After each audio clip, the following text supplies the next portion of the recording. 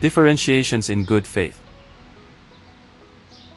I want to try and provide a modality of understanding differentiations within a given community such that those differentiations are not destructive to the community. It can, possibly, be understood as acting in good faith, but this may be too much an oversimplification, and may also be misused rather easily.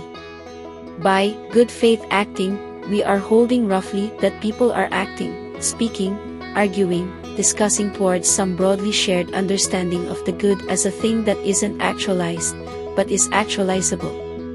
If we agree, for instance, that racism bad, and that the abolition of racism insofar as such is possible is a good, then we can understand that there may be a multitude of differing notions as to how exactly to go about actualizing that. But that folks' differences in opinions on how to actualize it are not indicative of a meaningful difference in the aims.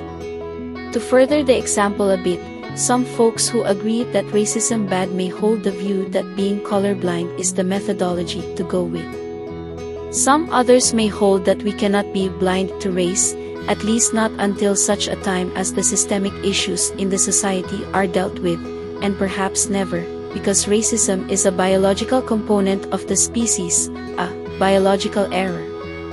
Neither of these are actively supporting racism, both are actively seeking to abolish racism, they merely disagree as to exactly the best strategy to go with for the accomplishment of it. And, TBH, it is pretty simple to see how each have their own strengths, and how each may be better applicable in differing situations. One thing we may surmise from that is that each view on the pragmatics of implementation are having differing views regarding what aspect of the society, culture, etc. they may be understanding the problem from. Colorblindness, for example, is likely the proper modality when it comes to individual interactions. That is, to not conflate a person's skin color with who and what they are as a person, even if the person themselves understand who and what they are as being strongly related to their skin color. There could be a variety of discussions and expansions of this, but the point is that it is a pretty plausible view in all pragmatics. I would however strongly suggest that folks disagreeing with the plausibility of the view are far more likely conflating cultural differentiations with skin color. See also the points in compatibility in an age of plenty regarding intimate intercultural relationships. Conversely, a systemic understanding of the problems is likely far more useful in dealing with institutionalized racism, which, to be clear, does not simplify to applying those kinds of solutions and understandings to the individual level. Dealing with, for instance, legal and/or cultural practices that unfairly treat some set of people predicated upon their race likely require the utilization of a racialized understanding of the problem. In other words, one cannot simply be colorblind about it. At least, again, arguably such is the case. We may even hold something rather striking like by deliberately ignoring race on an individual level, we strike at the heart of the problem by ignoring any and all racialized aspects of the biology. It may be a matter of playing pretend in that, in point of fact, racialized aspects nonetheless have effective form on the individuals and the relationships, yet the modality of doing so effectively creates a relational structure that is not predicated upon racialized understandings, at least insofar as that may be possible. The point though is that there can be disagreements about how best to go about actualizing the goals associated with combating racism, and yet those disagreements do not amount to anyone therein actually being pro-racism. Perhaps at worst we might hold that someone's within there are doing a racism. I think it fairly dubious that folks therein would be unwittingly upholding the structures of racism, in the sense that their beliefs, attitudes, and lifestyles regarding racism as such are doing so. In other words, it may very well be the case that there are other aspects of a person's life that uphold the structures of racism, but not their anti-racist attitudes as such. There may however be dispositions that are simply wrong, in the sense that they do not fit the nominal aim of being against racism. In other words, someone who is pro-racism, or someone who merely thinks they are against racism, but who doesn't aim well in the endeavor. Definitionally, we might hold that such is someone who is working in bad faith on the issue. Either they have a misconceptualization as to what the aim is, or they are deliberately not working towards the aim, or they are deliberately working against the aim, or it could be that they are the agents the aim is actually targeted towards. Of the latter, we may be speaking of those persons who are caught up in the racist narratives, rather than necessarily those people who are oppressed by it. Or, if we want to hold that oppression is inherent to those who are caught up in the racist narratives, then we are speaking of not only those who are oppressed within the racist systems, but also those who are the oppressors. Though such linguistically sounds fair awful, and we might do better by noting that all suffer when caught up within the racist systems, and all are oppressed therein, in the simple sense that they are all trapped within a certain kind of ideological disposition. Much as, for instance, folks who have spoken to someone whose thinking and actions are caught up in some cultural practice have a difficult time stepping out of it, and hence their actions are, in some meaningful sense, determined by the cultural practices, and they are oppressed by the culture they live within. A somewhat trivial yet therefore important example of this sort of behavior is that as regards clothing choices.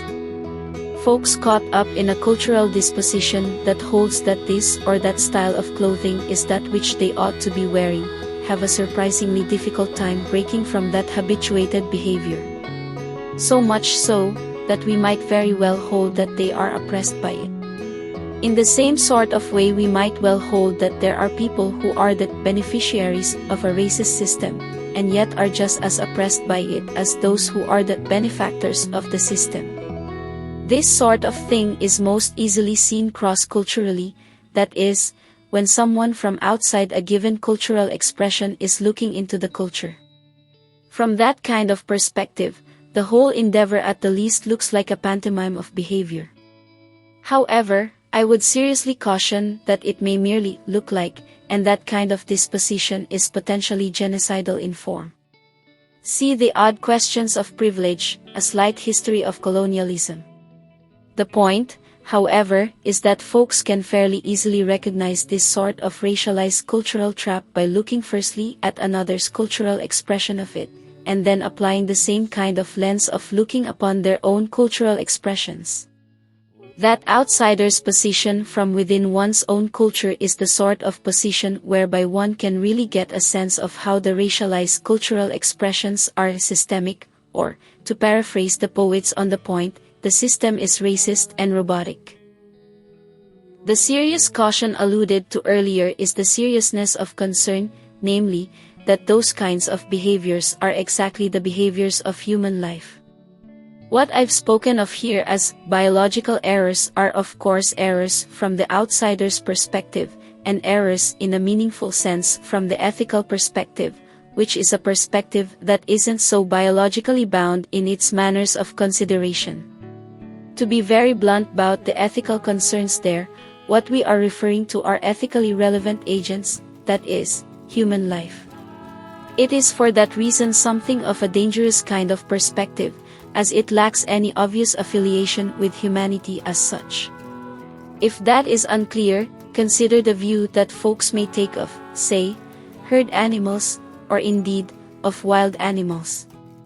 A view that is biologically oriented, and biologically reductive of the various species, to the point that they can and oft are viewed as little more than meat bags. That may be a proper view, it may not, but the point is that the way in which the human species then treats animals predicated upon such a view is historically and in the current quite disturbing from an ethical standpoint. It is the kind of view, from on high, that folks oft refer to, the view from the ivory tower, that mountaintop, or far less allegorically and hence far more relevantly, the view of the politician, the view of high power, be that power merely a pretense or actualized. The view that holds this or that, and thus this or that. The view that manipulates the ethical agents towards whatever ends. This isn't, however, necessarily a bad view, a bad thing, or an unethical sort of thing. Among the key points thereof as it relates to the pragmatics, reality, etc., of dealing with something like racism is that such a viewpoint may not by itself adequately address any given instance of racism as it is manifested in a culture. But here, in this piece, the more pertinent points at play are those as they relate to the genders, the sexes, sexualized norms, friendships between the sexes and genders, etc. Goose gander, what is applicable for racism is applicable for gendered concerns. Such connectivity between racism and sexualized norms is far more apparent as has been alluded to already in this series, that and perhaps the root cause of racism is exactly the sexualized differentiations. The sexual concerns, especially as regards such things as cultural practices, whereby the cultural practices of some others' sexualized norms take on a rather drastic racialized overtone to them fairly quickly. Again, for the human species at any rate, the differentiations between race and culture have tended to go hand in hand. Race may be nitpicked, turned to various other sorts of terms, but even as a matter of just boring pragmatics of life, until recently, again, the mixing of the races has been if not outright outlawed, at least tabooed, and pragmatically difficult. The mixing of races and indeed the mixing of cultures more generally is a relatively novel sort of thing, certainly as it is done en masse. I think folks would do well to keep that in mind as they interact with other peoples, dealing with, that is, differentiations in good faith entails on a practical level exactly the intermingling of folks from different races, cultures, and more to the point for this series, differing views as to how genders ought be lived. Acting in good faith can very much be understood as acting in love towards each other across those differentiations. I want to suggest that there are a few aspects to the discussions regarding social justice issues more broadly, which when offered as categories of understanding, may help people interested in such things better understand each other, and thereby work better together. 1. Concerns of scalar differences. Some SJ-type concerns are focused on individuals, others on familial forms, others still on communities, nationalistic, or global scalars. It can be helpful for folks to at least categorize their concerns, positions, etc. along these lines, as it is likely often the case that folks speaking of, say, individual concerns may have valid views as they pertain to individuals, but invalid views as they pertain to, say, global scalars. Each may be referring, in other words, to valid SJ views, and indeed each may have a view that is the correct view to have within that scalar, and yet they may argue incessantly about it to very bitter points. 2. Temporal differentiations of scalar relevance. Much as, and indeed technically deeply connected as the spatial scalar differences are relevant, so too are the temporal scalar differences. Some of these kinds of differences have been explored within this series, and other pieces of mine, when speaking of iterative forms v nominal instantiations of sexual violence, for instance. At least in this piece it is argued that such displays deeper and perhaps more concerning sorts of problems than the nominal instantiations of sexual violence. The connectivity between iterative sexual violence and racism, for instance, is a plausible sort of tale, and does seem to have some bearing on the topic, which isn't strongly apparent via the ethical concerns about the nominal instantiations of sexual violence. Such is a sort of broad differentiation of scalar concerns. Iterative temporal scalars are concerned with a somewhat indefinitely large temporal scalar, as in, how does a set of cultural norms tend to play out upon iteration, across generations, etc. Whereas nominal instantiations of sexual violence are concerned with a fairly well-definite temporal scalar, a roughly discrete event of sexual violence. This doesn't exhaust the temporal scalars. The indefinitely large temporal scalar of iterative form could be speaking of a great deal of plausible limits of concern. A lifespan of a generation, for instance, or the iterative capacity of multiple generations, a view that is unchanging in its indefiniteness, or a view that has some definable ending to its indefiniteness.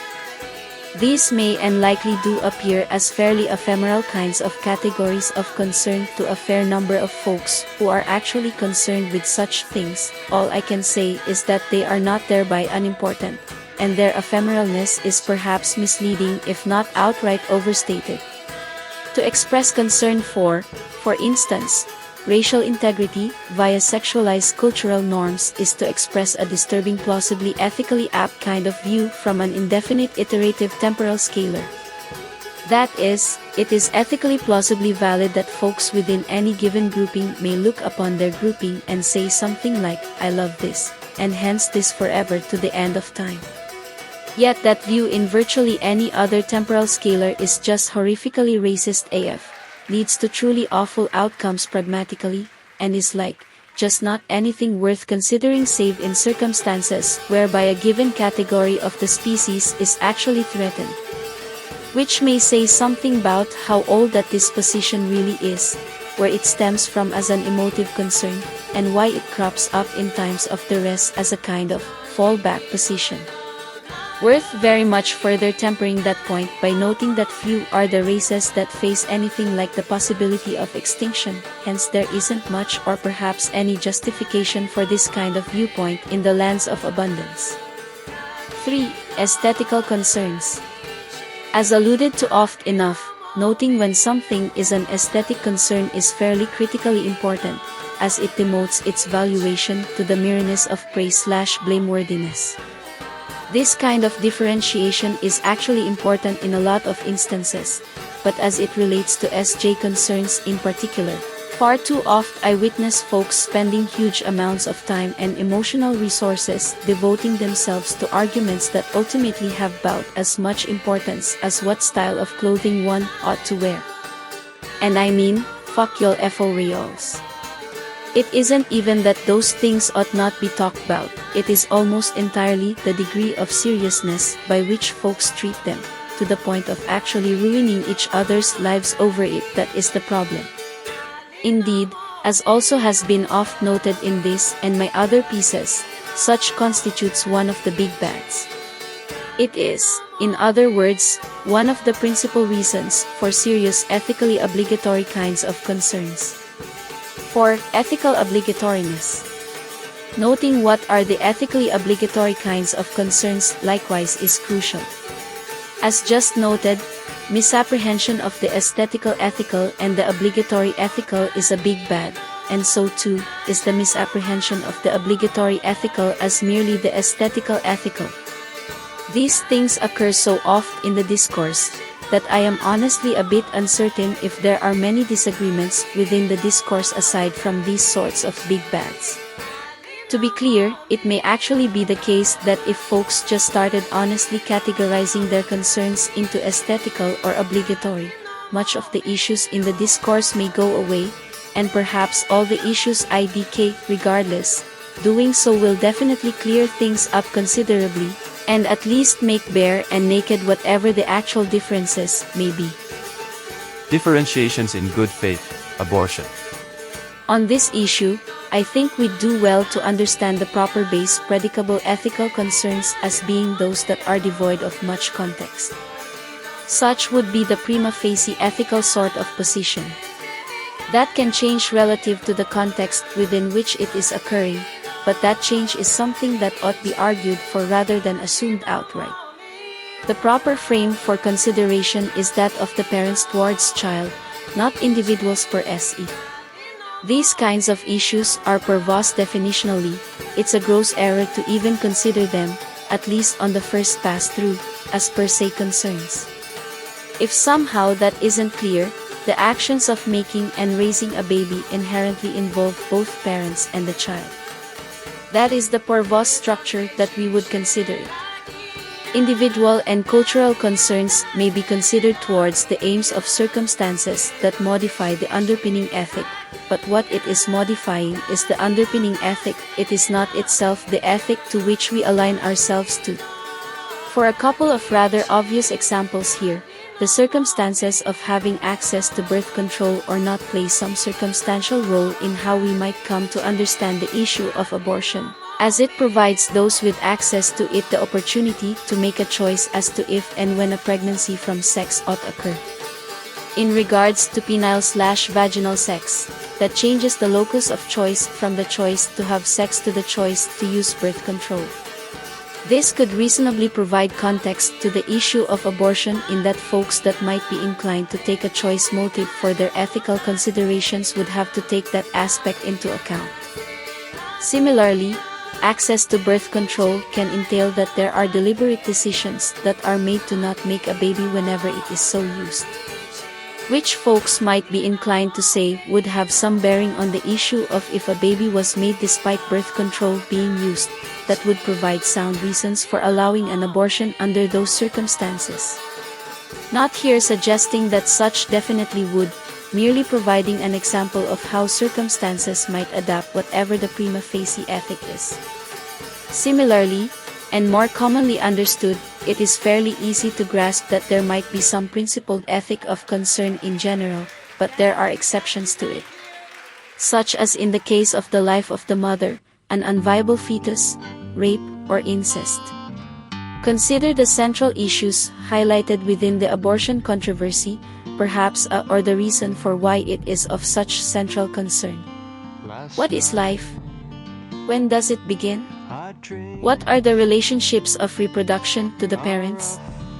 How do we distinguish between the individual and the environment? When is the mother separate from the child?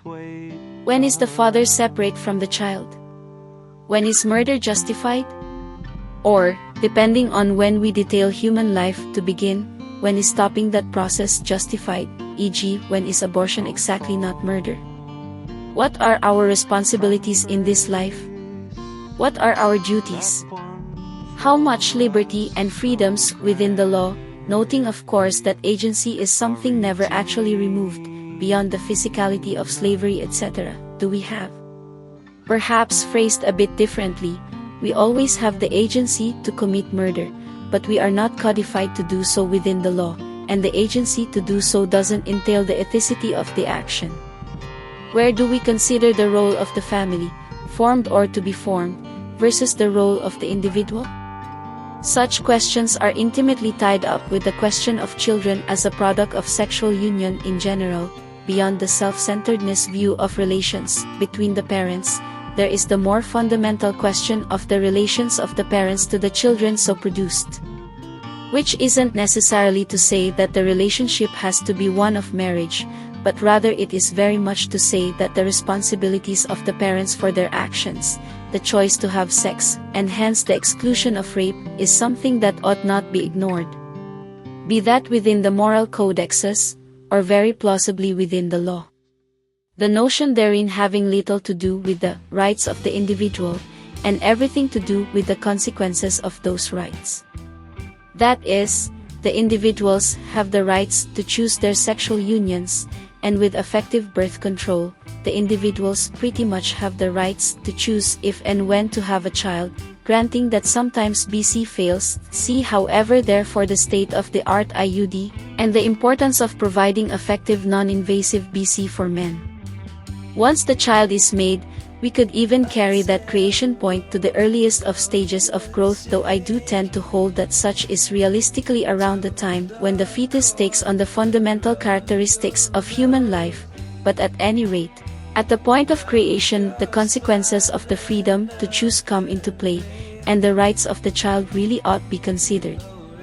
Likewise, the rights of the parents to be parents toward the child ought be considered.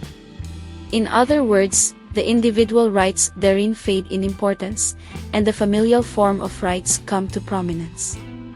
Succinctly put, individual freedoms and liberty regarding reproduction are relevant prior to conception, after which point, the familial rights and responsibilities take over. This is not an infringement upon the individual, it is a matter of consequences of the liberty and freedoms of the individual to act within their own sexuality and love's relations.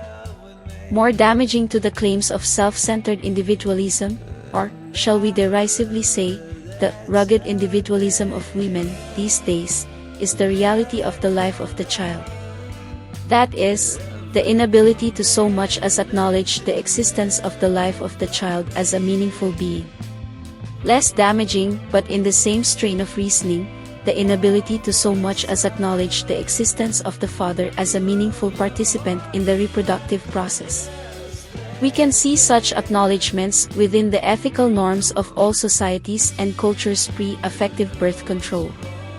There is a notion, which is worth considering, that runs something like total individual freedom, zero responsibility, which is in play within, shall we say, the extremist women's rights movement, distinct from the gender rights movement, though by no means is that view merely to be found there.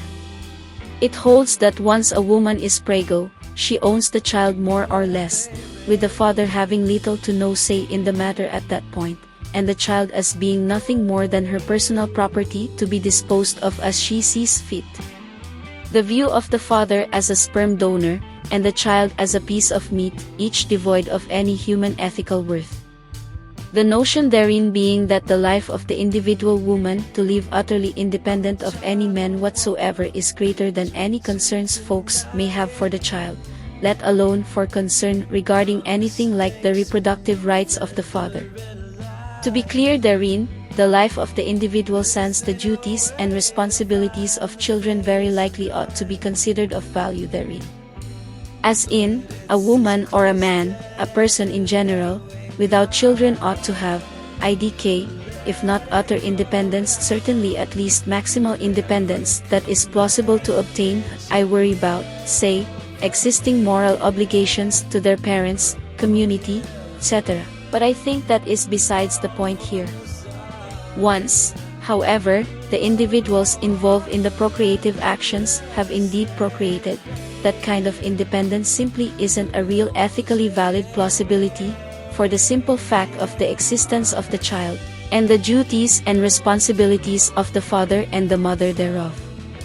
One can certainly imagine a culture in which fathers or mothers are exactly treated as little more than sperm or egg donors, with zero ethical responsibilities towards the child thereof, and in certain, rather limited circumstance, such may make sense, e.g. literal sperm or egg donor clinics used to help folks get preggo, including sperm or egg donation for gay, lesbian or hetero couples, etc. But note that therein the general notion is that the child is wanted for one thing, and the biological father or mother respectively thereby has no responsibilities towards the child for another. In the sense however of a generalized cultural norm, such practices are exceedingly dubious. Yet, of course, it is worth noting that there are folks within the radical women's, not gender, rights movement who would hold exactly this position. That total liberty and total freedom of the individual woman actually entails absolute abolition of the father and child, anyone other than their self, from the culture, and from any ethical considerations whatsoever. The father, child, and more broadly, anyone other than their self, woman, are merely ethical ancillary objects to their desires, whims, and needs. Their value is as instruments to the life of the self, woman, rather than as dignified beings of ethical worth in their own right. Liberalism gone awry for having missed its mark of ethical scalar of relevance. Such is not hyperbole. It is a position I suspect that a disturbingly large number of people hold without actually really understanding the sheer horror of the position they are espousing, nor its utter and obvious ethical insipidness. Liberalism, after all, being a not exactly uncommon kind of belief. The sort of folks who hold, for instance, that masculinity is a disease, and that men are inherently sexist pigs sort of crowd, which is, again, an actual non-insignificant portion of the radical women's, not gender, rights movement. But more than just those sorts of folks, for understand that the position is one that holds that for a man to have a say as to if, when, why, and how children ought be created and raised is an outrage. Or folks whom hold that to provide consideration of the child in such questions is an imposition on the mother. Each of these are tacitly holding to the sort of radical women's rights views that men are unworthy of the same kinds of considerations given to women. As we ought to all be aware at this point, that extremist positions have a tendency of attracting the most attention, and have a funny way of hijacking that narrative, sure, but also the reality. The, I would think unsurprisingly, proper ethical position is actually that of the child, and the familial form. Some things therein, to teach a male child that masculinity itself is a disease, how we think that really affects them. To hold a societal/cultural position wherein, to go a bit off topic though highlights the problem, sexuality is used as a power-grabbing tool to simp men to women, we ought to consider the reality that those men so simped are our children. In other words, speaking to those lost ladies, your baby boy will grow up exactly to be that simp man, used and abused by other women. One has to be utterly lost in the gender of woman, in the belief that women are superior, or that there is some culture war worth fighting between the sexes to even begin to hold that position. One can rather cynically hold the position that women used to be slaves and chattel of men, and this is just turning the tables on men, but then, the cynicism involved falls prey to the realities of pre-effective birth control. Noting, however, that it wouldn't surprise me at all if we can find examples wherein women are treated exactly as such, but broadly, as a matter of norm, within the framework of pre-effective birth control, and that, we procreate and all generally speaking enjoy sex. I don't tend to think so. But here we are in the post-effective birth control times, and the times wherein the lives we live within the community have gender fluidity to them. Women can work, men can be the homemakers, and so forth. There is little else to be had in terms of gendered equality. Perhaps relevantly folks can trace this line of concern regarding the independence of women in particular back to the notion of the single parent. That is, providing a means for women in particular to take care of a child in a way that is respectable and fair. In terms of gendered equality, of course, the concern applies to men as well. The concern therein regarding women stemming from outdated modes of thought wherein women were supposed to be the caretakers of the children. Much of our laws and cultural norms have not been adjusted to the new reality. Many of those laws regarding familial forms and the welfare of the children radically and unethically favor the mother and effectively remove the father from the family.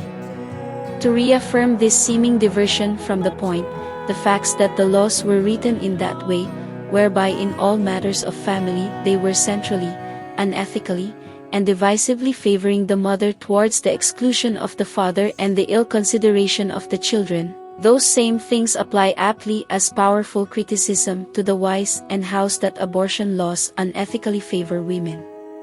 The assumption that is, that they would be the primary caregivers, the ones responsible for the children, and so forth, all played into the mistaken belief that they themselves ought have sole determining rights over if and when an abortion ought be done. The other major element therein being the ethics of liberalism, the misapplied belief that the individual has the rights to choose in a way that supersedes other sorts of ethical frameworks, like familial ethics. The former is just a mask of gender discrimination against men, the latter is a more subtle misapplication of scalar ethical considerations. In a reality wherein either gender can and does in point of fact have the freedoms, liberties, etc., to have a job and or be the homemaker, the laws and cultural norms that were by design predicated upon the reality wherein women ought not do such things, in other words, to help the widow, the divorcee, etc., and predicated upon the reality wherein men do not do such things, that is, to restrict the capacity of a man to be the homemaker, primary caregiver, etc., make little sense. Worse, they harm men across the board, and worse still, they harm children across the board. Understand that, from the child's point of view, of which we are all children at some point, having a father and a mother in their lives is by far the preferred outcome, perhaps a bit less heteronormatively speaking, having two parents in their lives is by far the preferred outcome, as such provides a means whereby one, the other, or both can provide reasonable focus on the child's raising and well-being. In relevant terms here, and perhaps a bit more intuitively, it is generally not in the interests of the child to summarily remove one of their parents from them. In terms of laws, here we are speaking of laws regarding, say, the right to put up for adoption. Currently many places grant this right to the mother alone, the father has no say in the matter, see for example so-called safe haven laws which exist in all 50 states in the US. Moreover, there are a lot of women who would hold that such ought be the case, regardless of if it is currently the law or not. After all, the child is hers, am I right? Again, treating the man as little more than a sperm donor. Some laws may differentiate between a married woman and an unmarried woman, in the sense that if the woman is married, the man has a voice in the matter. Such, however, is an absurd position either way. Speaking of the point, and really speaking to the whole of the issue, consider the absurdity of only one of two parents making the choice to adopt a child. Your spouse just comes home one day with a new baby, surprise. It is certainly unethical, and very likely if not illegal, at least a practice of norm that in instances where someone is married they simply are not allowed to adopt a child without the consent of their spouse. Other laws provide for means of effectively divorcing the father from the child due to claims of abuse towards the mother. Such amounts to, however, the whim of the mother, as previously noted in this series. In the overwhelming majority of cases of abuse, the abuse is happening by both or all parties involved. Rare is the trope of the poor, helpless abused woman who did nothing at all to abuse her abuser. Yet the law provides specifically for the woman in such instances to at her whim divorce the father from the child. Here we may hold for instance that the coupling therein ought divorce, but that there isn't any obvious reason whereby the child ought to also be divorced from either parent. The notion that the father simply has no say in the matter because he isn't married to the woman is as absurd as holding the same for the mother. If, after all, we care about gendered equality in reproductive ethics, it has to go both, or rather all ways. Likewise in regards to abuse, the reality being what it is, there isn't actually any particular rationale as to why a father ought to be divorced from their child due to abuse of the mother, whereas the mother ought not be. To be clear, again, the laws as written oft enough expressly say the mother has the right, not either parent. I'd likewise suggest that the reality of abuse being what it is, in situation where abuse is occurring, most likely each participant is being a shithead to the other, and the notion in that context of granting one or the other the right to determine if to give the child up for adoption, effectively divorcing the child from the parent, is strikingly unethical, prone to be used as a means of continued abuse and retribution against the other parental figure. The solution to the concerns of adoption and divorcing the child from a parent are in some meaningful ways related to, and the simpler case of, the concerns regarding abortion.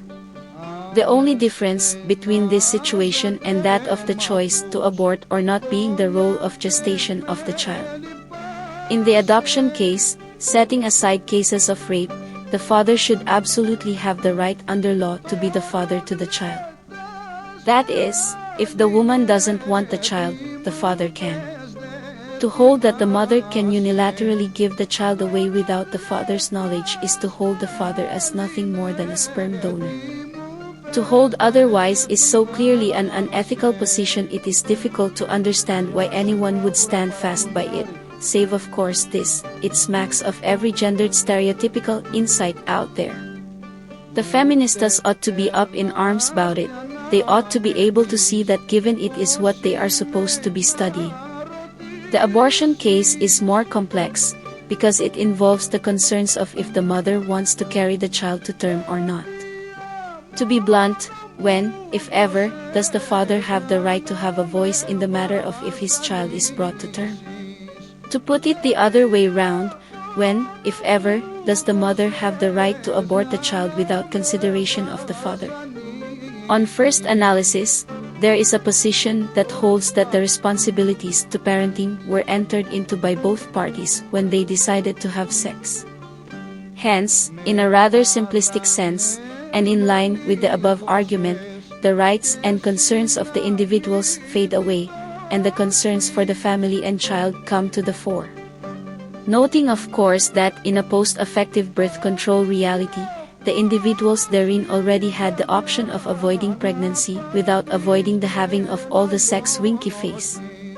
We may expand the list of exceptions, but that they are exceptions and not norms ought to be understood. In other words, I would be in favor of expanding the exceptions to include underage folks, mostly because of the devastating effects and their inexperienced youth status. Likewise, we might hold exceptions for failed birth control, as such indicates that there wasn't a desire to get pregnant, and indeed, we may expand the list further, but again, we are speaking of exceptions to the rule. The upshot therein being rather straightforward, that both parents ought to by law have a voice in the matter as to if they should abort the child. Noting that therein the option of abnegating responsibility towards raising the child remains a valid option. That is, either or both parents could determine to not be responsible for the raising of the child. If both parents opt to not be responsible, then such is a case of adoption. If one parent decides to abort, the other not, the tie vote let's say goes to the child. Please my friend, choose to live, to quote the poets. The parent wanting to abort the child can still opt to not participate in the raising of the child. That is, they may still hold that they do not want that responsibility. Hence, the arguments regarding the burden of raising a child, which I find legit, can be eliminated. The concerns of the woman regarding the burdens of gestation of the child are not inconsiderable, but I do not think rise to the level of denying her agency, and it is only most obviously in the cases of someone being denied agency in the choice to begin with that there is a prima facie argument to be had that a participant ought have exclusive rights to determine if to abort the child or not.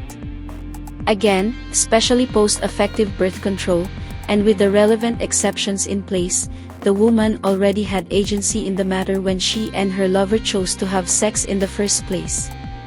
Those are in point of fact the raw naked biological realities of having sex.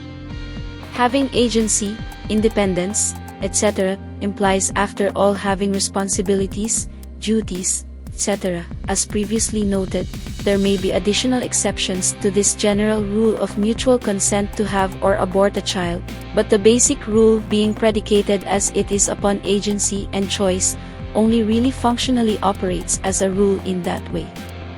Hence the mereness of gestation, as a burden, is simply insufficient for an exception and doesn't rise to the level of superseding the foundational rule. It is reasonable however to note that there are burdens women face in gestation that distinguish their responsibilities from men. It is seriously worth considering that most of the exceptions to the rule of mutual consent to abort revolve around the gestation period, e.g. the health or life of the mother, or the state of the fetus or baby. In that sense folks can hopefully grasp that the position of the burdens of gestation are taken seriously and actually applied adequately here. In other words, those exceptions are the sorts of things that apply to the mother alone, or well, realistically in consultation with her doctor. But to be clear, the father doesn't have a say in the matter as to if to abort or not in such instances. Those are legitimate healthcare decisions that ought be primarily made between the patient and the doctor.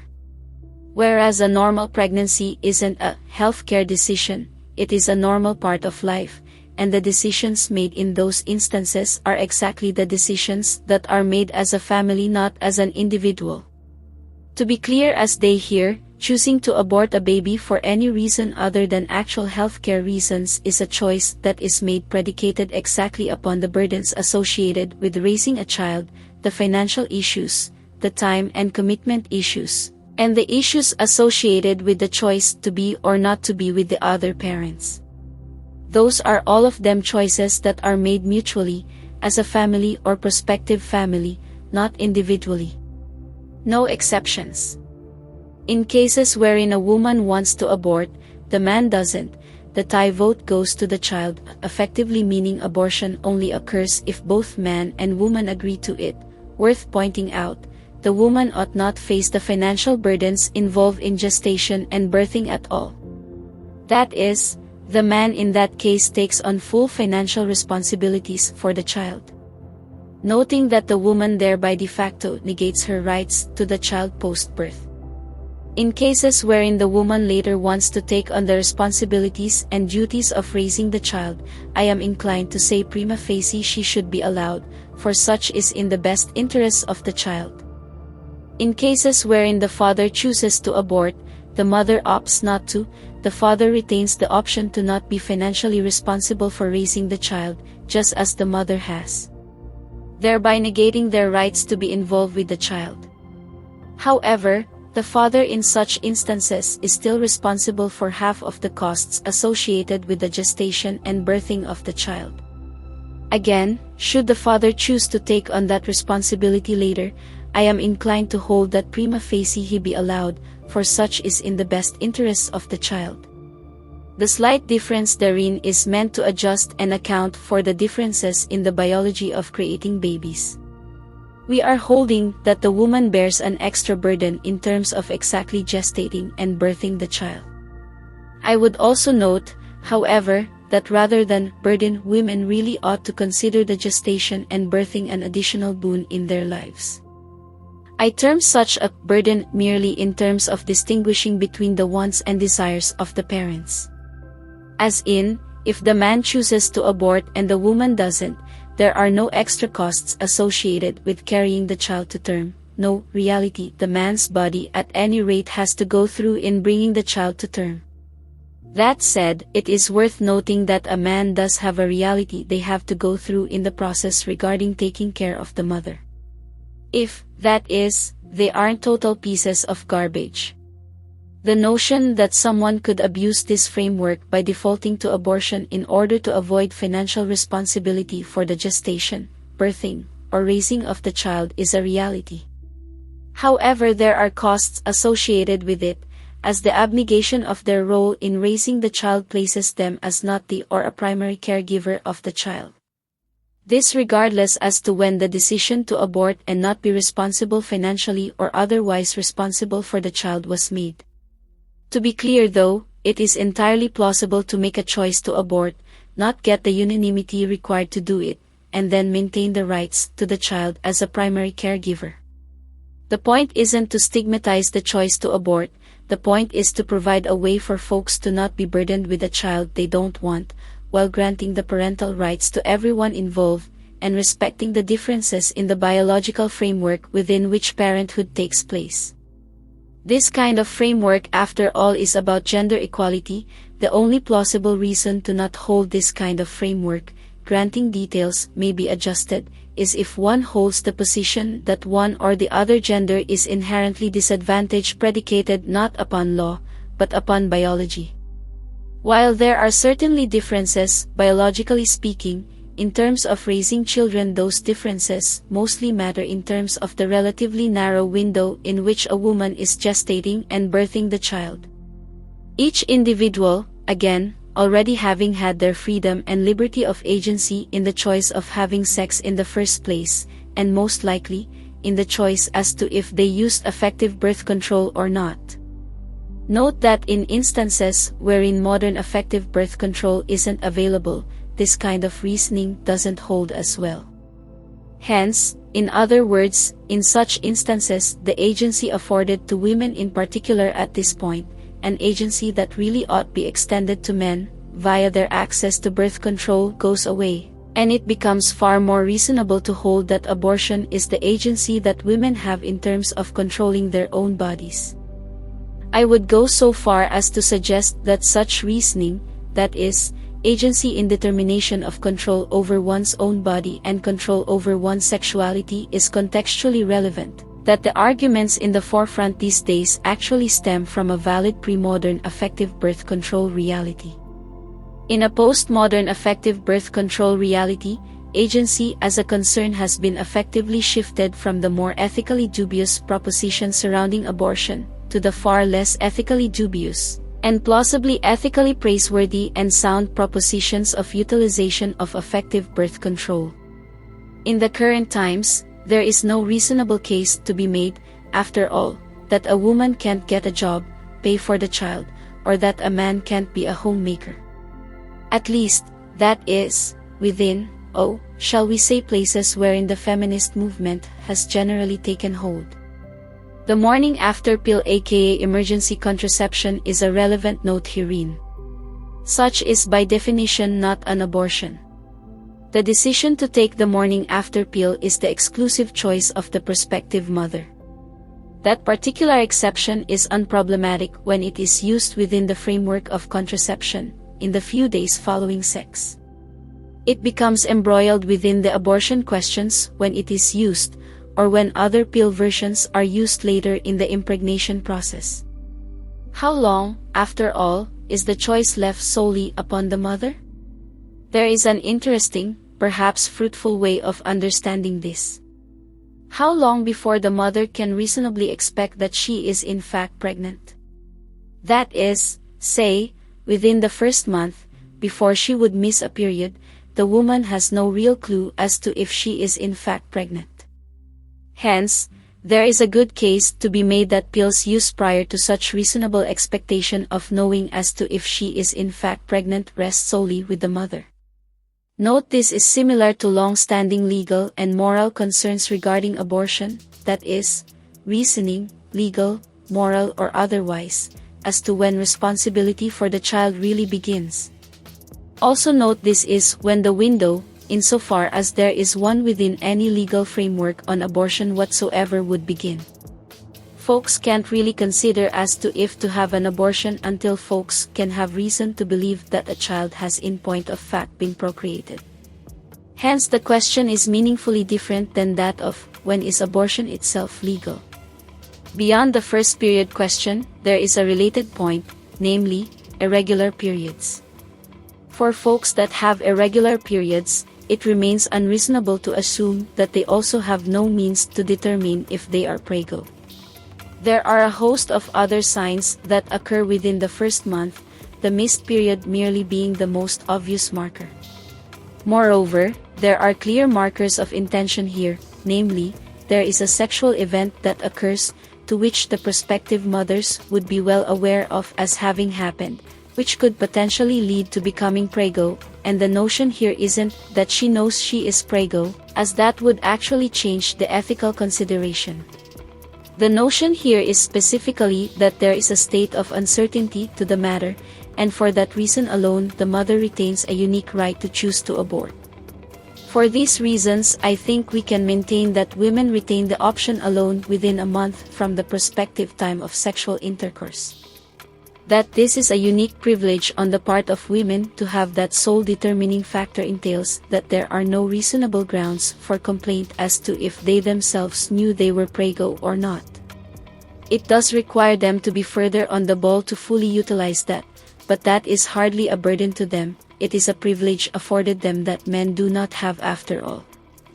As an additional boon, this particular caveat of limited sole determination of abortion helps cover instances of failed birth control, oopsies, and provides a means of security on the part of prospective mothers that they can utilize if they so choose to, without the horrors involved in treating the prospective child as a piece of meat or abnegating the father entirely from the process.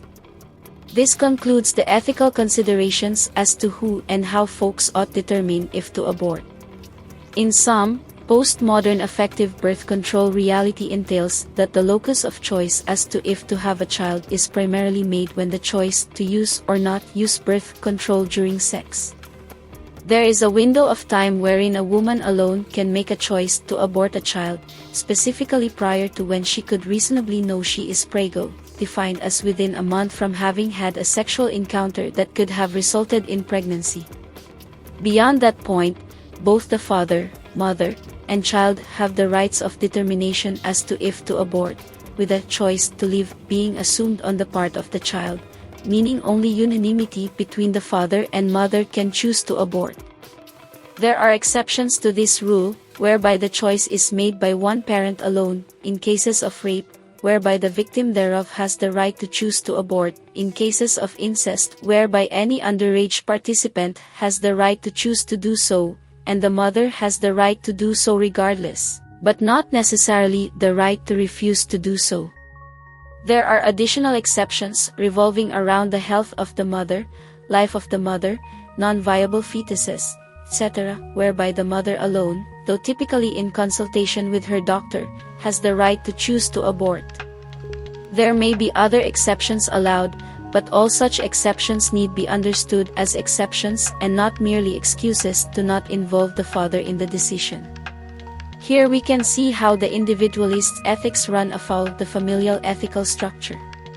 When the individualist ethic takes the fore here, there are systematic wrongs that occur, whereby an individual comes to make ethical decisions for everyone else involved, e.g. the father and the child, not just their self. This misapplication of the ethical scalar leads to pretty bad outcomes too, as aside from the removal of ethically relevant agents from the process, and trampling their rights in favor of someone else's rights, the decisions that are made end up being made along inappropriate grounds. That is, the decisions to abort or not turn not upon the questions of loves towards one's lovers and children, but rather upon one's love of oneself. The questions become about fairly purely self-centered and self-interested thought, which to be blunt we don't want to hold as entirely bad. Understanding oneself is not an inherently bad thing, but the point is that the decision to abort or bring to term is one that already involves the self with at least two others, one's lovers and one's children. In other words, it is a kind of decision that is made as a familial ethic of consideration.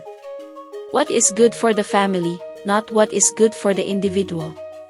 Even as every individual involved makes the choice themselves, what they are looking at when they make that decision isn't their self in isolation, but rather they are considering the familial form as a whole. When this isn't done, when it comes to the mereness of the individual making the decision, while they could still make the choice predicated upon the familial formal structure, they certainly don't have to, and more importantly their incentive structures, what they become likely to do, is make the choice based on their petty self-interested whims. Aborting a baby or choosing to have one, for instance, as a sort of revenge against one's lovers, or merely due to if one wants to have that relationship with one's lovers, or as a means of some ulterior motive, like the making of money, the getting with so-and-so, the concerns of one's career, and so on. And to be clear, all of those are actually more or less reasonable motives for making such a choice, but critically they are all already caught up in the familial structure and hence belong to be discussed in that format. The bads, such as revenge, become far less tenable. The concerns of career and family balance become more tenable when discussed with family. The concerns of making money become less onerous, and so forth. Things like decisions of should we be together become ones that are made mutually rather than exclusively by one party, and don't play out so onerously upon the life and well-being of the child. This is why it is important to place such ethically loaded decision-making within the proper scalar structure. Framing the abortion discussion. On the topic of when is an abortion permissible, understanding all the plausible exceptions involved, I find a couple of plausible time constraints. Firstly, the vast majority of abortions occur within the first 13 weeks. According to the CDC, 92.7% of abortions occur at or before 13 weeks. We may reasonably suspect that a good portion of those abortions occurring beyond 13 weeks are due to the relevant exceptions, e.g. life of the mother and malformations of the child, etc. After all, most folks would have made up their minds regarding as to if to have an abortion by that time. The proof of that is in the numbers themselves. 92.7% of women made up their minds by 13 weeks or less. More realistically, their minds were made up several weeks earlier, and it just took time to schedule things. Hence, there are not many legs to claims that hold that abortion should be legal beyond 13 weeks, simply in virtue of the pragmatic statistics. Accounting for the plausibly valid exceptions, we may be looking at as little as 1% or less of cases wherein elective abortions are taking place beyond 13 weeks. Hence, we could simply hold that there is a cultural norm in place whereby women themselves have chosen the time frame as to when abortions are permissible. I say women themselves, for up to now, women have had the sole privilege and responsibility of choice in determining the matter. We may also hold that as a matter of plausible moral decision-making, that there is something to be said for the capacity of the crowd to determine the right choice. That kind of decision-making capacity being well noted within other disciplines. Noting that there are some issues therein, issues of groupthink as a problem and so forth, but if we take the question seriously, and assuming that women have been trying to make ethical choices, that they are not a murderous lot of zealots, we may infer that they have themselves chosen a reasonable time frame. The concern that women may not even know they are pregnant is a concern oft listed within the culture, and the debate at such an early stage of pregnancy are clearly unfounded. Women are not dumb. There are only two other reasonable time frames I can derive regarding the ethical consideration of when an abortion is permissible. 1. When does the fetus, regardless of size, take on a sufficient gamut of characteristics that they are not merely potentially going to be human, but that they are in fact human? Such questions are notoriously difficult to parse out. As I understand it, around 7 weeks the baby has some rudimentary formations of the brain, nervous system, and so forth. But it isn't really until week 10 that the fetus takes on a recognizable human shape. Hence, in a rather bland and straightforward sort of way, we may surmise that at up to 10 weeks, an abortion is permissible. The kinds of questions regarding when does life begin and when does consciousness begin, etc., are fairly odd. Life never stopped after all. This appears to be a gross misconception on the part of individualists whom hold themselves as entirely segregated from the reality within which they are propagating. As to consciousness, the term is vague, unclear, etc., but just take for granted that animals have some kind of consciousness. Are we really to hold that the fetus, with a roughly full gamut of human-like characteristics, doesn't? 2. When can a couple reasonably be supposed to even have the capacity to make the choice and actually have an abortion? As noted above, it isn't until a woman misses her first period, and more broadly that within a month a reasonable person can reasonably believe that they are preggo, that we can even hold that anyone is aware that a pregnancy has occurred. Hence, if abortion is permissible at all, it has to occur after this time frame. To be clear, this places a lower limit on even the possibility of having an abortion. We can and ought assume that access to abortion is easy. As easy, in other words, as any other medical procedure. If it is not, then that is a fault of the society, and hence the aim would be to actually have access be easy, so that folks can access abortion within the legal and ethical timeframe permissible. Such, in other words, would be grounds for suing the government, to be blunt and practical about it. On ethical grounds, granting easy access has the boon of ensuring that when abortions happen, they happen as early in the pregnancy as possible. After all, at some point abortion becomes killing a baby, and not merely aborting a fetus. Setting aside the concerns that all abortions whatsoever is unethical, we may quibble about exactly when the fetus becomes a baby, but we should all agree that earlier in the pregnancy is ethically better. The question therein becomes rather simple: how long do folks really need to decide? Is a month long enough? 2 months? 5 months? I would say realistically, a matter of weeks is more than sufficient, and the quicker the decision is made, the better ethically speaking, cause at some point that fetus does in fact become a human, and the act of abortion takes on the ethical characteristics of murder. From what I can tell, within the first month, the fetus is pretty clearly not human-like. Hence, ethically speaking, there is little of concern there imho. There is, in other words, every sense in which such is far closer to contraception than abortion. And interestingly enough, within the framework above, such is pretty much the time frame wherein the prospective mother ought to have sole rights of determination. One might even hold such as by design winky face. How infantile we would have to treat and think of women and men to hold that they can't make up their minds within a couple of weeks of finding out they have procreated. Does it require men and women to be on the ball? To be responsible for themselves? To have all that agency folks love to go on and on about?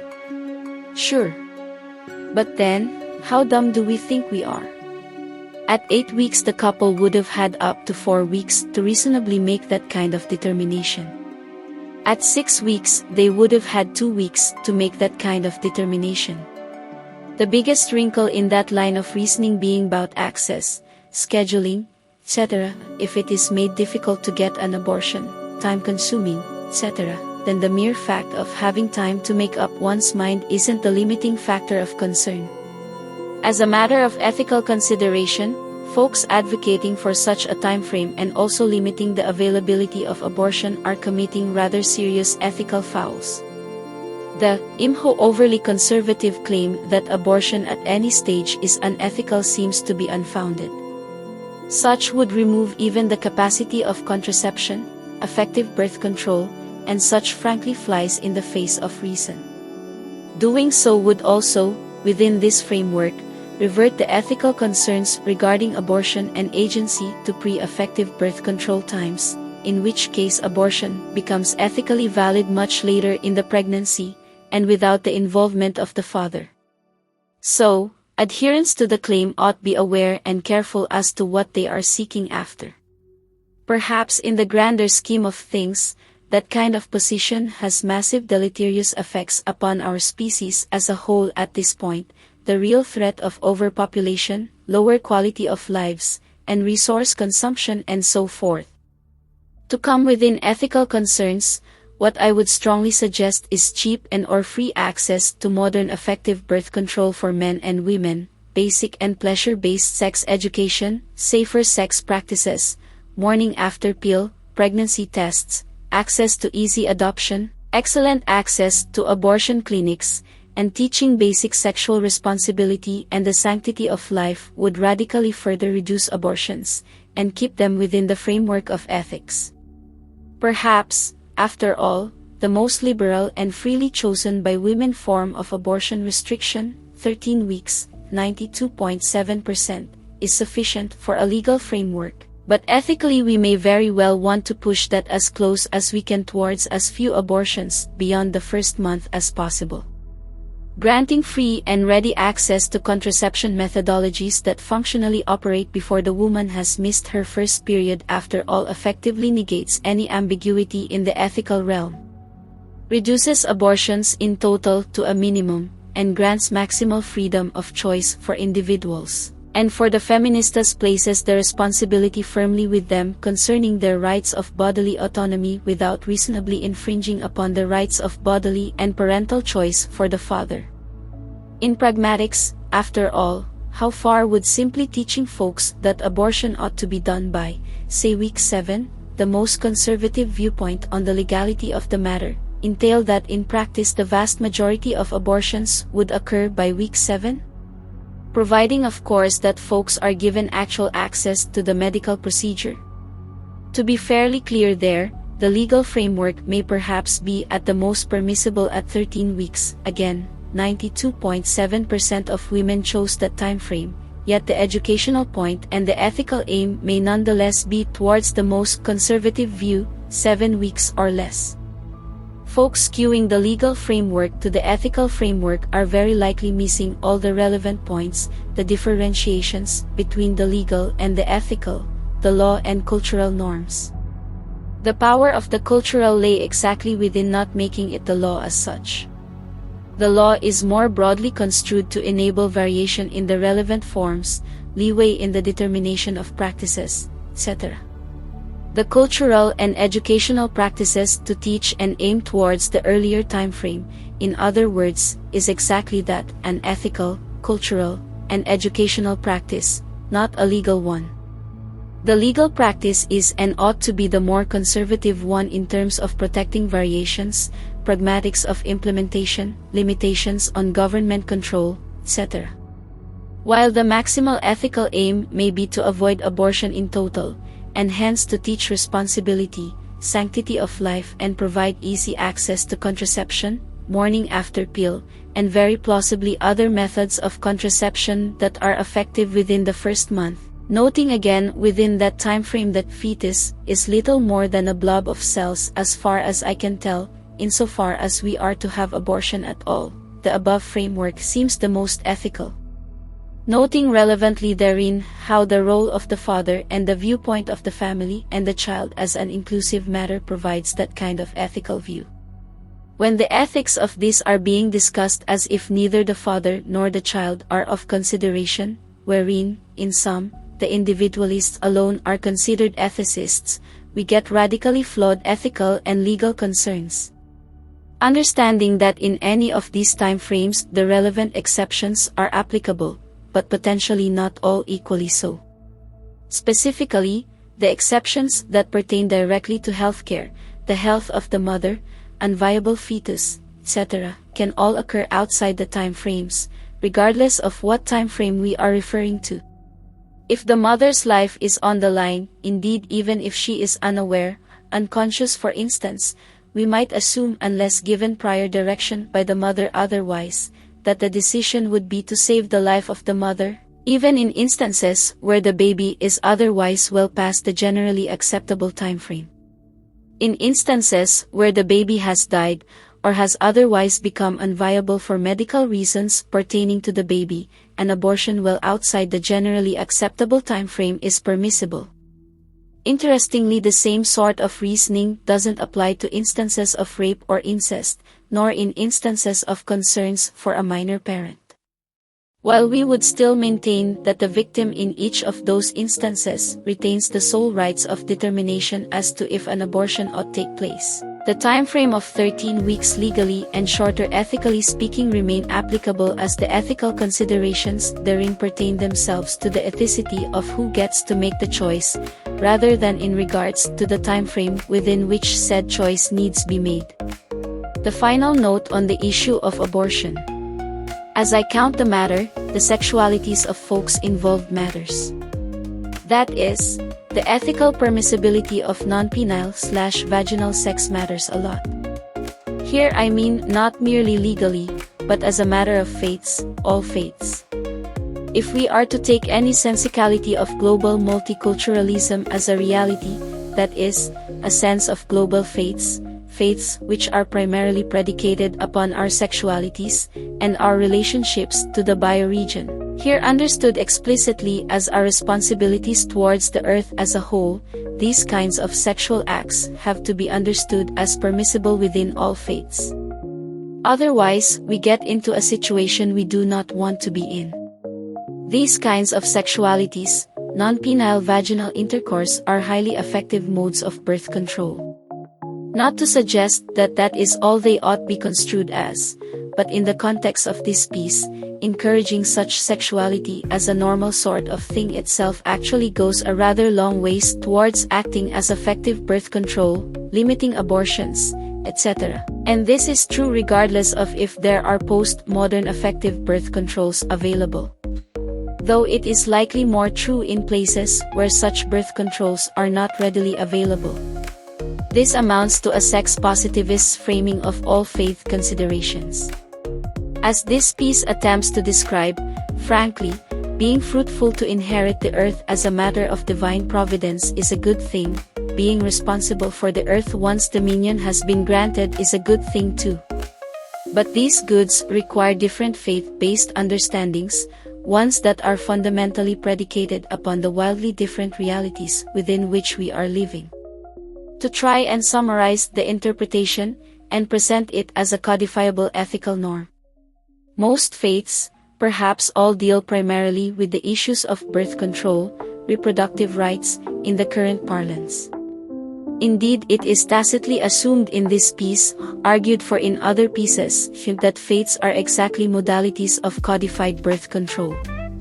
More charitably, and not quite as reductively, that all fates deal with the familial form, the forms of living that are broader in scope than the individualist interpretations. Consequently, and importantly, most, and perhaps all faiths have some version of abortion within their codified forms, their sacred texts, their cultural norms and practices, etc. The point of bringing this up is that such is a good and proper framing for understanding the questions of abortion as they relate to any kind of multicultural reality. That is, multicultural reality entails a multi-faith structure. Any kind of global reality likewise entails the inclusion of such multi-faith structures. Freedom of religious expression, in other words, matters. That said, even freedom of religious expression has its limits, specifically as they regard ethics, morality, etc., as some means of constraining the constraining forces. Bluntly, this piece, and more broadly most pieces of intellectual, ethical thought, utilize philosophy as a modality of justification. It may be termed some other sort of thing, but the notion is that philosophical ruminations on the matter are the only reasonable, practical modality whereby an ethic that constrains religious freedom of expression can even make sense. This piece is one such attempt, and I hope a fairly good one. An upshot of this is that, as regards the timing of abortion, the legalization of it is likely best codified within a religious framework of freedom of expression. There are differing views regarding what that might entail, and some of those views are fucked. No nice way to put it, change your ways. A religious freedom of expression argument that holds to maximal religious freedom of expression would entail all the extremes and no law nor order at all. This or that religious group would have this or that view, some of which would entail, for instance, the legality of murdering post-birth babies, and others would entail, for instance, the lack of anyone ever in any circumstances having any sense of control whatsoever over their reproductive processes beyond whatever nature or God intended, whatever the fuck that means. The former ought be understood as maximal feminine view, the view that holds that men ought have no reproductive rights. The latter ought be understood as maximal masculine view, the view that women ought have no reproductive rights. Technically they could be viewed absent the gendered moniker, but alas, in the current and I suspect historically, they exactly do have those gendered monikers to them. This piece holds that the 13-week abortion limit as an upper range is a good legal structure that constrains the claims of religious concerns within the limits of ethics. It is, in other words, sufficient to hold that the practice of religious faiths within those constraints is ethically valid. This piece also holds that as a pragmatic matter of ethics, educationally, culturally, and dispositionally, folks ought to aim towards the sooner the better when it comes to abortion. That is, that ethically speaking the most likely case of conservative ethical concern is about 7 weeks. Teaching the little ones that if you're going to have an abortion, you ought to do so before 7 weeks, but legally allowing abortion to 13 weeks. The more controversial aspects regarding granting men their reproductive rights, which, I will point out is silly that it is the controversial aspect, will clearly gall a lot of women. I can only really say to them that men are people too, that sperm is on loan ladies. The responsibilities associated with procreating are pretty real and significant. I would strongly thereby suggest that folks teach women in particular, but everyone regardless of gender/sex, that they have an ethical right to choose if they are getting pregnant via use of various contraceptives, including not having sex at all, critically including having non-penile/vaginal sex, and that women have an ethical right to contraception up to their first missed period at their own discretion. I would also add though, that post the first month after sexual intercourse that could reasonably be construed as having caused pregnancy, there is an ethical obligation to include the potential fathers in the decision-making process. That particular ethical obligation ought also be codified into a legal sort of obligation, not only for the protection of the father's reproductive rights, but also for the protection of the welfare of the child and for the normalization of birth control practices as a matter of culture. Of this last point, I want to try and make clear the picture as I am viewing this, absent the concerns of the father and the child within the notion of reproductive rights. Folks are going to find themselves in a perpetual fight, whereby the rights of the mother too become brought into serious question. Moreover, that those rights will come to call into question the validity and ethicity of modern effective birth control. Consider this from the perspective of the menses. I know, hard to do. If the reality for the menses is that they have few if any real reproductive rights in a postmodern effective birth control reality, they may actually be inclined to look longingly towards a pre-modern effective birth control reality. If, that is, they are denied their agency by law, they will seek to change those laws, and if a reasonable version of the change such as the one presented here are denied, they may opt to move the question of agency from modern effective birth control to that of things like marriage. Differentiations in good faith, ethicity. There was a once upon a time movement, liberalism, which centered the ethicity of norms around the individual, in no unmeaningful sense, around the self. It held that there was of ethics, within the ethicity of ethical considerations whatsoever, that the primal cut of consideration was the self. Self first, self primarily, self exclusively, and others following from that self-centeredness. To quote the tired trite, one cannot love others unless and until one loves their self. This particular division occurs on the fields of abstraction primarily at any rate. There are any number of folks in the currents whom hold to this notion as justification for this or that want.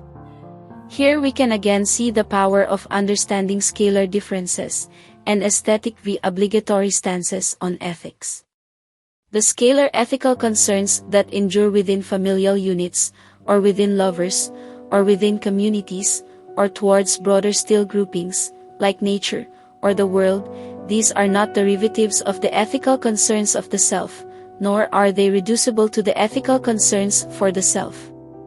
They are not merely amalgamations of a bunch of self-loving self-centered people, each of whom primarily center themselves in their lives as well as in the lives of others. These are strikingly differently related ethical structures. I'll note it because it is relevant, but I'm going to slide past it here as the point was made better elsewhere and even within my own writings on the topic. These structures are derivatives of love's relations. We can, and folks might ought do thee well by understanding the foundations of these ethical structures as being predicated upon love's relations. How we choose to love, whom we choose to love, these things actually matter in the real world and also in terms of the abstractions of ethicities. For those who struggle with the concept, let me suggest that a more complex atomic structure is not merely the amalgamation of less complex atomic structures. A bit of iron is not just a bunch of hydrogen. Its structure is actually different. Its relations between its component parts are actually different. How they functionally operate in the world is actually different. Their properties are radically different, even though they are literally composed of the same base materials. This because those properties are relational in their formal structure, not intrinsic to the materials that compose them. So thus be thy love's relations, and thus thee too thy ethicities in their formal abstracted structures, as well as in all their properties, how they functionally operate in the world, and their relational properties between them. Love and the ethics of communities are not composed of nor reducible to the individuals that comprise it. They are composed of the complex of relations between those individuals. This is why self-centered love in particular is particularly banal as a mode of composing or understanding such ethical or love's considerations. None of this is to hold that there is no value at all with such self-centered concerns, even in matters of loves and ethics. It is to bluntly hold that there are scalarly different modes of loves and ethics to which we would do far better understanding the differences between us by, rather than trying to cram all such considerations into one scalar mode of love and ethics. One thing that is fruitful about this is that the scalar differences are mostly fairly easy to recognize, even if the exact ethics involved may be opaque. As the previous two examples, regarding racism and abortion, show, there are pretty clear markers of differences in scalar form of ethics that lead to differing answers depending on which formal structure one is utilizing. But critically it is mostly or entirely clear when one ought use which scalar formal structure.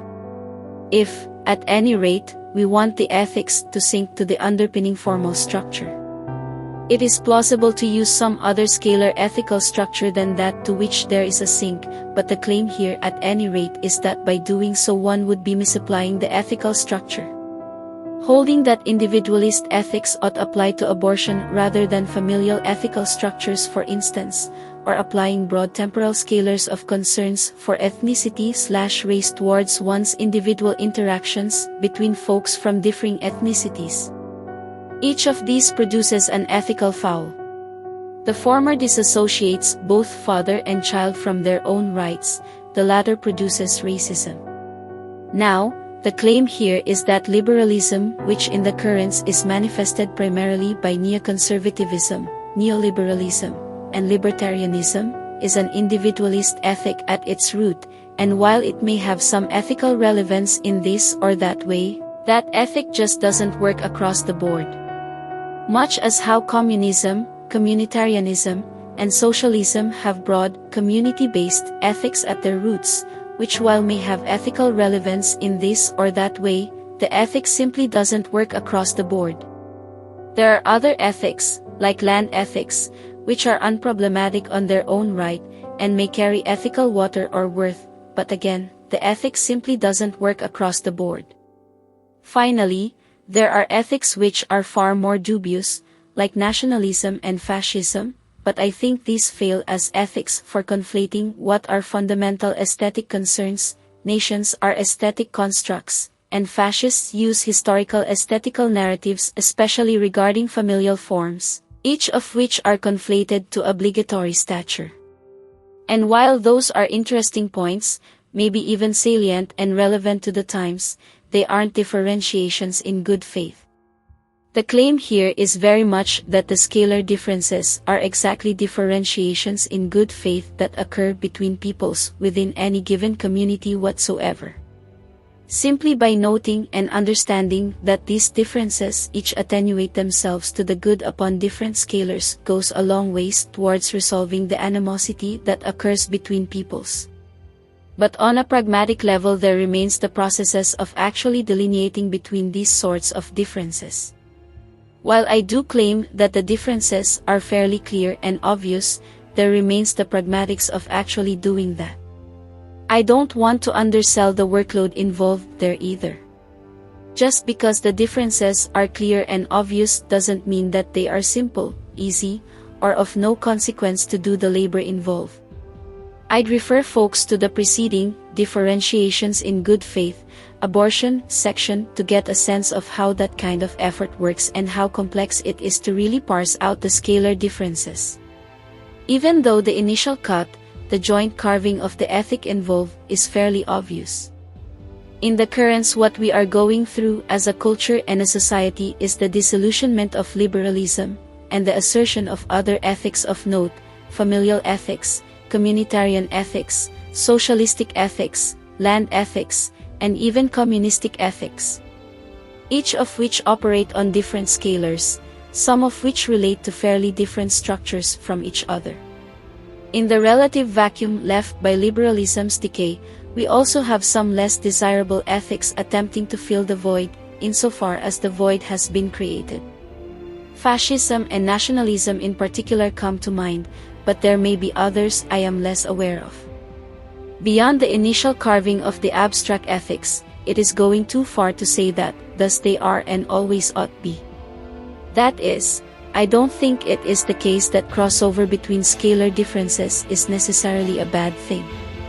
My interpretation of the point is that there are times and places where such misapplications of scalar ethics nonetheless may produce novel and good results, possibly even better results than had they not. But they also may not. What is at question therein is if the descriptive ethical structure, the delineation of scalars, temporal and spatial, are thereby inherently and eternally formally sound ethical structures. Secondarily, even if they were, are they inherently the best such formulations? Or, is it the case that such descriptive ethical structures of scalars are dynamic in their formulation, such that what is good at one scalar may become better at a different scalar than that to which it obviously ought belong? Does the ethics of individualists, or the familial ethics each take on different and not necessarily worse or even bad aspects by way of application of the one to the other? Certainly, it is the case that it can produce worse results, but the contention here is that they can also produce better results.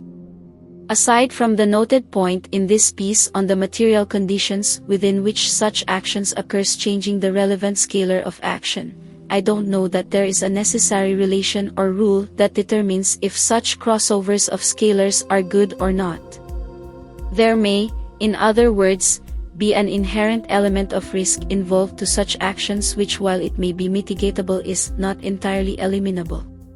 Such, to my mind, on this amounts to understanding praise/blameworthiness, the ethics of the extraordinary, which may entail an aesthetic structural movement between scalars, as in crossovers of that sort occur entirely on the aesthetical level. Though note that, as is the case with the ethics of abortion and sexuality, the material conditions can actually change the obligatory structures, switching what was once plausibly an obligatory sort of ethic into a merely aesthetical sort of ethic, at which point crossovers of the scalar form become plausible. Such isn't to hold that to not do such crossing overs of scalar differences is necessarily a bad, it is to hold that the strict adherence to that base formal structure is a bad, though, as it would entail a lessening of the ethical form overall by delimiting the capacity of praiseworthy/blameworthy actions and norms. That is, by delimiting the extraordinary ethically sound. I realize this is fairly abstract, I've said as much from the get-go. But it honestly isn't that complex. There are several metrics being used, each of which have been developed elsewhere. The differentiations between aesthetical ethical and ethically obligatory.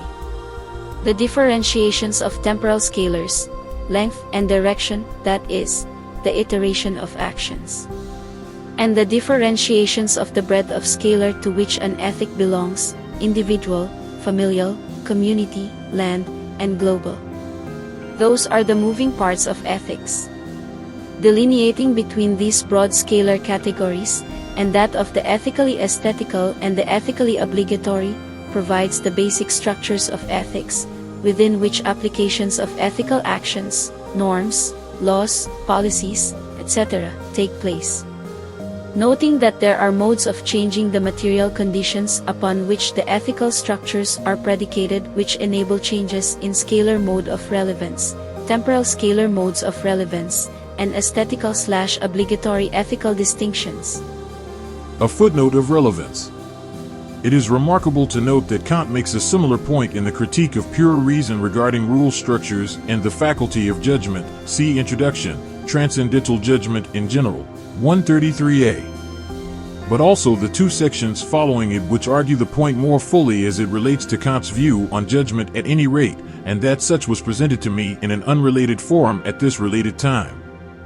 Namely, that the application of judgment to the rules would itself be a rule, so the lacking of that capacity can't be taught, and would require the use of examples to explain. You either get it or you don't. But here as relates to ethics, presumably the superlative ethic which transcends the bounds of the base predicable ethical structure of scalar form would itself require an ethic for there to be a rule to which it adheres by way of which we could understand all the instances of its proper application. The material conditions upon which such superlative ethics obtain correlate to the non-abstraction aspect of Kant's point regarding judgment. Insofar as it goes, which may only be so far, we can understand the superlative ethics as being conditioned upon the material, just not thereby limited to it. Such material conditioning provides a possibility for the superlative to be well ruled in the Kantian sense noted here. But that ought not be confused as being indicative of the entirety of the superlative ethic's worth or value. The superlative ethic structure is dynamic. We might even hold that it is the dynamic element within the ethical structure overall.